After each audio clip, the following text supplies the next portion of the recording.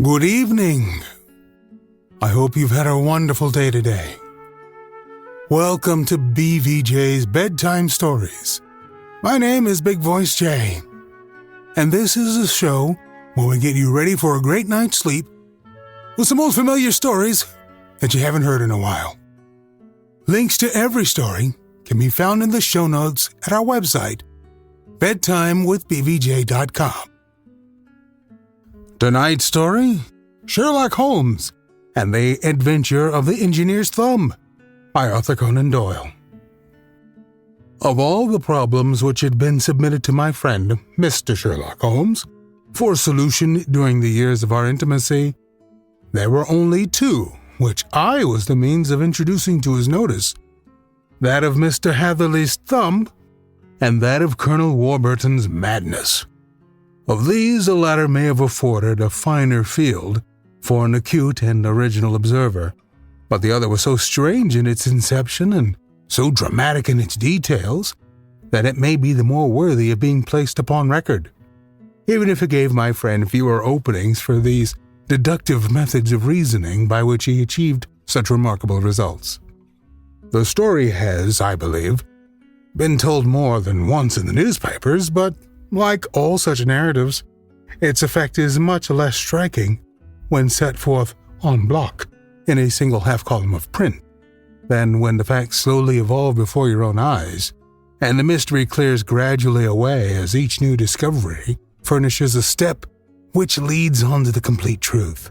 At the time, the circumstances made a deep impression upon me, and the lapse of 2 years has hardly served to weaken the effect. It was in the summer of '89, not long after my marriage, that the events occurred which I am now about to summarize. I had returned to civil practice and had finally abandoned Holmes in his Baker Street rooms, although I continually visited him and occasionally even persuaded him to forego his bohemian habits so far as to come and visit us. My practice had steadily increased, and as I happened to live at no very great distance from Paddington Station, I got a few patients from among the officials. One of these, whom I had cured of a painful and lingering disease, was never weary of advertising my virtues, and of endeavoring to send me on every sufferer, over whom he might have any influence. One morning, at a little before 7 o'clock, I was awakened by the maid tapping at the door to announce that 2 men had come from Paddington and were waiting in the consulting room. I dressed hurriedly, for I knew by experience that railway cases were seldom trivial, and hastened downstairs. As I descended, my old ally, the guard, came out of the room and closed the door tightly behind him. "I've got him here," he whispered, jerking his thumb over his shoulder. "He's all right." "What is it then?" I asked, for his manner suggested that it was some strange creature which he had caged up in my room. "It's a new patient," he whispered. "I thought I'd bring him round myself, then he couldn't slip away. There he is, all safe and sound. I must go now, doctor. I have my duties, just the same as you." And off he went, this trusty tout, without even giving me time to thank. I entered my consulting room and found a gentleman seated by the table. He was quietly dressed in a suit of heather tweed, with a soft cloth cap, which he had laid down upon my books. Round one of his hands he had a handkerchief wrapped, which was mottled all over with bloodstains. He was young, not more than 25, I should say, with a strong masculine face, but he was exceedingly pale, and gave me the impression of a man who was suffering from some strong agitation, which it took all his strength of mind to control. "I'm sorry to knock you up so early, doctor," said he, "but I have had a very serious accident during the night. I came in by train this morning, and on inquiring at Paddington as to where I might find a doctor, a worthy fellow kindly escorted me here. I gave the maid a card, but I see that she has left it upon the side table." I took it up and glanced at it. "Mr. Victor Hatherley, hydraulic engineer, 16A, Victoria Street, 3rd floor." That was the name, style, and abode of my morning visitor. I regret that I have kept you waiting, said I, sitting down in my library chair. You are fresh from a night journey, I understand, which is in itself a monotonous occupation. Oh, my night could not be called monotonous, said he, and laughed. He laughed very heartily with a high ringing note, leaning back in his chair and shaking his sides. All my medical instinct rose up against that laugh. Stop it, I cried. Pull yourself together. And I poured out some water from a carafe. It was useless, however. He was off on one of those hysterical outbursts, which came upon a strong nature when some great crisis is over and gone. Presently he came to himself once more, very weary and pale-looking. I have been making a fool of myself, he gasped. Not at all. Drink this. I dashed some brandy into the water, and the color began to come back to his bloodless cheeks. That's better, said he. And now, doctor, perhaps you will kindly attend to my thumb, or rather to the place where my thumb used to be. He unwound the handkerchief and held out his hand. It gave even my hardened nerves a shudder to look at it. There were 4 protruding fingers and a horrid, red, spongy surface where the thumb should have been. It had been hacked or torn right out from the roots. Good heavens, I cried. This is a terrible injury. It must have bled considerably. Yes, it did. I fainted when it was done, and I think that I must have been senseless for a long time. When I came to, I found that it was still bleeding, so I tied one end of my handkerchief very tightly round the wrist and braced it up with a twig. Excellent. Should have been a surgeon. It is a question of hydraulics, you see, and came within my own province. This has been done, said I, examining the wound, by a very heavy and sharp instrument. A thing like a cleaver, said he. An accident, By no means. What? A murderous attack? Very murderous indeed. You horrify me. I sponged the wound, cleaned it, dressed it, and finally covered it over with cotton wadding and carbolized bandages. He lay back without wincing, though he bit his lip from time to time. How was that? I asked when I had finished. Capital. Between your brandy and your bandage, I feel a new man. I was very weak, but I have had a good deal to go through. Perhaps you had better not speak of the matter. It is evidently trying to your nerves. Oh, no, not now. I shall have to tell my tale to the police. But between ourselves, if it were not for the convincing evidence of this wound, I should be surprised if they believed my statement, for it is a very extraordinary one, and I have not much in the way of proof with which to back it up. And even if they believe me, the clues which I can give them are so vague that it is a question whether justice will be done. Ha! Cried I. If it is anything in the nature of a problem which you desire to see solved, I should strongly recommend you to come to my friend, Mr. Sherlock Holmes, before you go to the official police. Oh, I have heard of that fellow, answered my visitor, and I should be very glad if he would take the matter up, though, of course, I must use the official police as well. Would you give me an introduction to him? I'll do better. I'll take you round to him myself. I shall be immensely obliged to you. We'll call a cab and go together. We shall just be in time to have a little breakfast with him. Do you feel equal to it? Yes. Shall not feel easy until I have told my story. Then my servant will call a cab, and I shall be with you in a moment. I rushed upstairs, explained the matter shortly to my wife, and in 5 minutes was inside a hansom, driving with my new acquaintance to Baker Street. Sherlock Holmes was, as I expected, lounging about his sitting room in his dressing gown, reading the agony column of the Times and smoking his before-breakfast pipe, which was composed of all the plugs and dawdles left from his smokes of the day before, all carefully dried and collected on the corner of the mantelpiece. He received us in his quietly genial fashion, ordered fresh rashers and eggs, and joined us in a hearty meal. When it was concluded, he settled our new acquaintance upon the sofa, placed a pillow beneath his head, and laid a glass of brandy and water within his reach. It is easy to see that your experience has been no common one, Mr. Hatherley, said he. Pray, lie down there and make yourself absolutely at home. Tell us what you can. But stop when you are tired and keep up your strength with a little stimulant." "Thank you," said my patient. "But I have felt another man since the doctor bandaged me, and I think that your breakfast has completed the cure. I shall take up as little of your valuable time as possible, so I shall start at once upon my peculiar experiences." Holmes sat in his big armchair with a weary, heavy-lidded expression which veiled his keen and eager nature, while I sat opposite to him, and we listened in silence to the strange story which our visitor detailed us. "You must know," said he, "that I am an orphan and a bachelor, residing alone in lodgings in London. By profession, I am a hydraulic engineer, and I have had considerable experience of my work during the 7 years that I was apprenticed to Venner and Matheson, the well-known firm of Greenwich. 2 years ago, having served my time and having also come into a fair sum of money through my poor father's death, I determined to start in business for myself and took professional chambers in Victoria Street.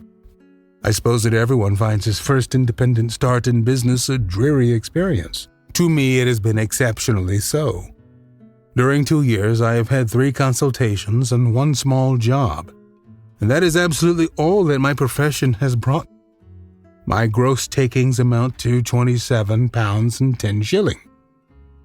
Every day, from 9 in the morning until 4 in the afternoon, I waited in my little den until at last my heart began to sink, and I came to believe that I should never have any practice at all. Yesterday, however, just as I was thinking of leaving the office, my clerk entered to say there was a gentleman waiting who wished to see me upon business. He brought up a card, too, with the name of Colonel Lysander Stark engraved upon it. Close at his heels came the colonel himself, a man rather over the middle size, but of an exceeding thinness. I do not think that I have ever seen so thin a man. His whole face sharpened away into nose and chin, and the skin of his cheeks was drawn quite tense over his outstanding bones. Yet this emaciation seemed to be his natural habit, and due to no disease, for his eye was bright, his step brisk, and his hearing assured. He was plainly but neatly dressed, and his age, should judge, would be nearer 40 than 30. "Mr. Heather," said he, with something of a German accent, "you have been recommended to me, Mr. Hatherley, as being a man who is not only proficient in his profession, but is also discreet and capable of preserving a secret." I bowed, being as flattered as any young man would be at such an address. "May I ask who it was who gave me so good a character?" "Well, perhaps it is better that I should not tell you that just at the moment.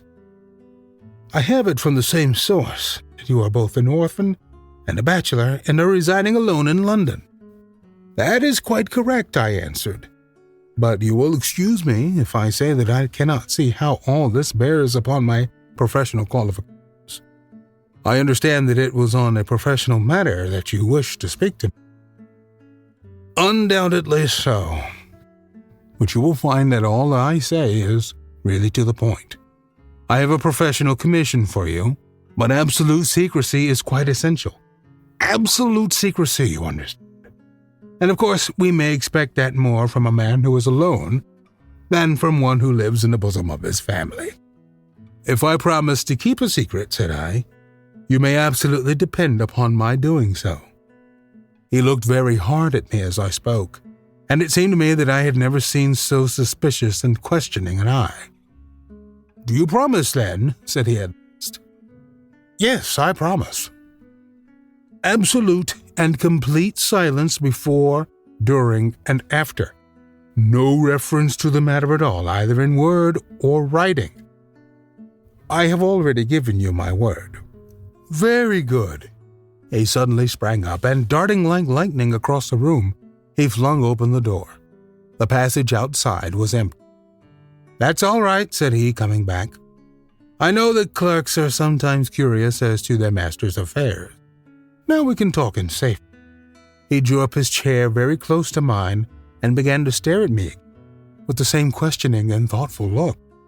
A feeling of repulsion and of something akin to fear had begun to rise within me at the strange antics of this fleshless.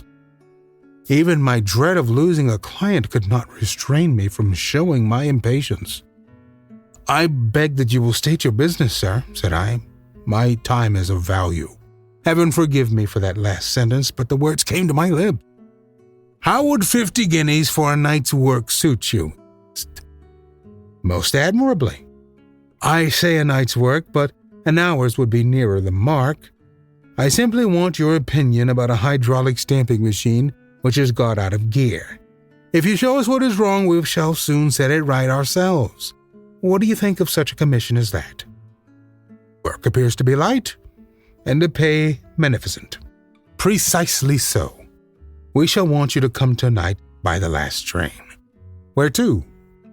"To Iford in Berkshire. It is a little place near the borders of Oxfordshire and within 7 miles of Reading. There is a train from Paddington which would bring you there at about 11:15. "Very good. I shall come down in a carriage to meet you." "There is a drive, then?" "Yes, our little place is quite out in the country. It's a good 7 miles from Iford Station." "Then we can hardly get there before midnight. I suppose there would be no chance of a train back. I should be compelled to stop the night." "Yes, we could easily give you a shakedown." "That is very awkward. Could I not come at some more convenient hour?" "We have judged it best that you should come late. It is to recompense you for any inconvenience that we are paying to you, a young and unknown man, a fee which would buy an opinion from the very heads of your profession. Still, of course, if you would like to draw out of the business, there is plenty of time to do so." I thought of the 50 guineas and of how very useful they would be to me. "Not at all," said I. "I shall be very happy to accommodate myself to your wishes. I should like, however, to understand a little more clearly what it is that you wish me to do." "Quite so. It is very natural that the pledge of secrecy which we have exacted from you should have aroused your curiosity. I have no wish to commit you to anything without your having it all laid before you. I suppose that we are absolutely safe from eavesdroppers?" "Entirely." "Then the matter stands thus. You are probably aware that Fuller's Earth is a valuable product, and that it is only found in 1 or 2 places in England." "I have heard so." "Some little time ago, I bought a small place, a very small place, within 10 miles of Reading. I was fortunate enough to discover that there was a deposit of Fuller's Earth in one of my fields. On examining it, however, I found that this deposit was a comparatively small one, and that it formed a link between 2 very much larger ones upon the right and left, both of them, however, in the grounds of my neighbors. These good people were absolutely ignorant that their land contained that which was quite as valuable as a gold mine. Naturally, it was in my interest to buy their land before they discovered its true value. But unfortunately, I had no capital by which I could do this. I took a few of my friends into the secret, however, and they suggested that we should quietly and secretly work our own little deposit, and that in this way we should earn the money which would enable us to buy the neighboring fields. This we have now been doing for some time, and in order to help us in our operations, we erected a hydraulic press. This press, as I have already explained, has got out of order, and we wish your advice upon the subject. We guard our secret very jealously, however, and if it once became known that we had hydraulic engineers coming to our little house, it would soon rouse inquiry, and then, if the facts came out, it would be goodbye to any chance of getting those fields and carrying out our plans. That is why I have made you promise me that you will not tell a human being that you are going to Iford tonight. I hope that I made it all plain." "I quite follow you," said I. The only point which I could not quite understand was what use you could make of a hydraulic press in excavating Fuller's Earth, which, as I understand, is dug out like gravel from a pit. "Ah," said he carelessly, "we have our own process. We compress the earth into bricks so as to remove them without revealing what they are. But that is a mere detail. I have taken you fully into my confidence now, Mr. Hatherley, and I have shown you how I trust you." He rose as he spoke. "I shall expect you then at Iverd at 11:15. I shall certainly be there." And not a word to a soul. He looked at me with a last long questioning gaze, and then, pressing my hand in a cold, dank grasp, he hurried from the room. Well, when I came to think it all over in cool blood, I was very much astonished, as you may both think, at this sudden commission which had been entrusted to me. On the one hand, of course, I was glad, for the fee was at least tenfold what I should have asked, had I set a price upon my own services, and it was possible that this order might lead to other ones. On the other hand, face and manner of my patron had made an unpleasant impression upon me, and I could not think that his explanation of the fuller's earth was sufficient to explain the necessity for my coming at midnight, and his extreme anxiety lest I should tell anyone of my errand. However, I threw all fears to the wind, ate a hearty supper, drove to Paddington, and started off, having obeyed to the letter the injunction as to holding my tongue. At Reading I had to change not only my carriage but my station. However, I was in time for the last train to Iverd, and I reached a little dim-lit station after 11 o'clock. I was the only passenger who got out there, and there was no one upon the platform save a single sleepy porter with a lantern. As I passed out through the wicket gate, however, I found my acquaintance of the morning waiting in the shadow upon the other side. Without a word, he grasped my arm and hurried me into a carriage, the door of which was standing open. He drew up the windows on the other side, tapped on the woodwork, and away we went as fast as the horse could go. "One horse?" interjected Holmes. "Yes, only one." "Did you observe the color?" "Yes, I saw it by the side lights when I was stepping into the carriage. It was a chestnut." "Tired looking or fresh?" "Oh, fresh and glossy." "Thank you. I am sorry to have interrupted you. Pray continue your most interesting statement." Away we went then, and we drove for at least an hour. Colonel Lysander Stark had said that it was only 7 miles, but I should think from the rate that we seemed to go, and from the time that we took, that it must have been nearer 12. He sat at my side in silence all the time, and I was aware, more than once when I glanced in his direction, that he was looking at me with great intensity. The country roads seemed to be not very good in that part of the world, for we lurched and jolted terribly. I tried to look out of the windows to see something of where we were, but they were made of frosted glass, and I could make out nothing, save the occasional bright blur of a passing light. Now and then I hazarded some remark to break the monotony of the journey, but the colonel answered only in monosyllables, and the conversation soon flagged. At last, however, the bumping of the road was exchanged for the crisp smoothness of a gravel drive, and the carriage came to a stand. Colonel Lysander Stark sprang out, and, as I followed after him, pulled me swiftly into a porch which gaped in front of us. We stepped, as it were, right out of the carriage and into the hall, so that I failed to catch the most fleeting glance of the front of the house. The instant that I had crossed the threshold, the door slammed heavily behind us, and I heard faintly the rattle of the wheels as the carriage drove away. It was pitch dark inside the house, and the colonel fumbled about looking for matches and muttering under his breath. Suddenly a door opened at the other end of the passage, and a long golden bar of light shot out in our direction.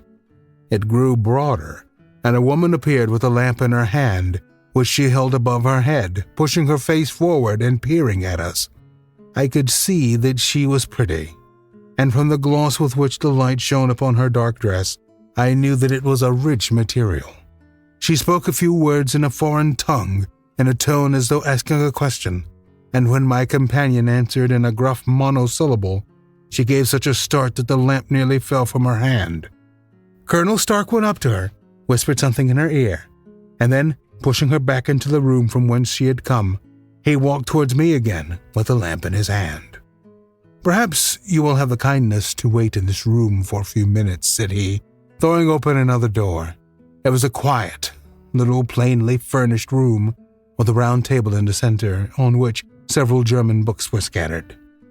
Colonel Stark laid down the lamp on the top of a harmonium beside the door. "I shall not keep you waiting an instant," said he, and vanished into the darkness. I glanced at the books upon the table, and in spite of my ignorance of German, I could see that 2 of them were treatises on science, the others being volumes of poetry. Then I walked across to the window, hoping that I might catch some glimpse of the countryside, but an oak shutter, heavily barred, was folded across it. It was a wonderfully silent house. There was an old clock ticking loudly somewhere in the passage, but otherwise everything was deadly still. A vague feeling of uneasiness began to steal over me. Who were these German people, and what were they doing living in this strange, out-of-the-way place? And where was the place? I was 10 miles or so from Myford, that was all I knew, but whether north, south, east, or west, I had no idea. For that matter, Reading and possibly other large towns were within that radius, so the place might not be so secluded after all. Yet it was quite certain, from the absolute stillness, that we were in the country. I paced up and down the room, humming a tune under my breath to keep up my spirits, and feeling that I was thoroughly earning my 50-guinea fee. Suddenly, without any preliminary sound, in the midst of the utter stillness, the door of my room swung slowly open. The woman was standing in the aperture, the darkness of the hall behind her, the yellow light from my lamp beating upon her eager and beautiful face. I could see at a glance that she was sick with fear, and the sight sent a chill to my own heart. She held up one shaking finger to warn me to be silent, and she shot a few whispered words of broken English at me, her eyes glancing back like those of a frightened horse into the gloom behind her. We'll continue our story on our next episode. Remember, we're always looking for great stories to read. Email me, bigvoicej@gmail.com. Thank you so much for listening. Good night. Diamond Club hopes you have enjoyed this program.